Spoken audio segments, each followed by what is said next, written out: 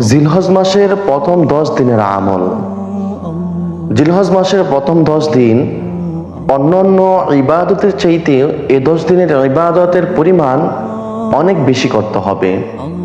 সাধারণত আমরা অন্যান্য মাসে নফল ইবাদত, নফল নামাজ, কোরআন তেলাওয়াত, জিকির আজকার যে পরিমাণ করি, এর থেকে অধিক পরিমাণ জিলহজ মাসে করার চেষ্টা করা।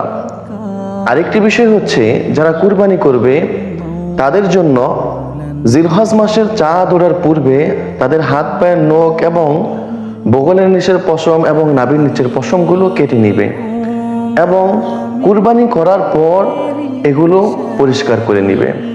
আরেকটি আমল হচ্ছে জিলহজ মাসের 9 তারিখ তথা আরাফার দিন রোজা রাখার চেষ্টা করা। আল্লাহ তাআলা আমাদের সবাইকে জিলহজ মাসে বেশি থেকে বেশি ইবাদত করার তৌফিক দান করুক।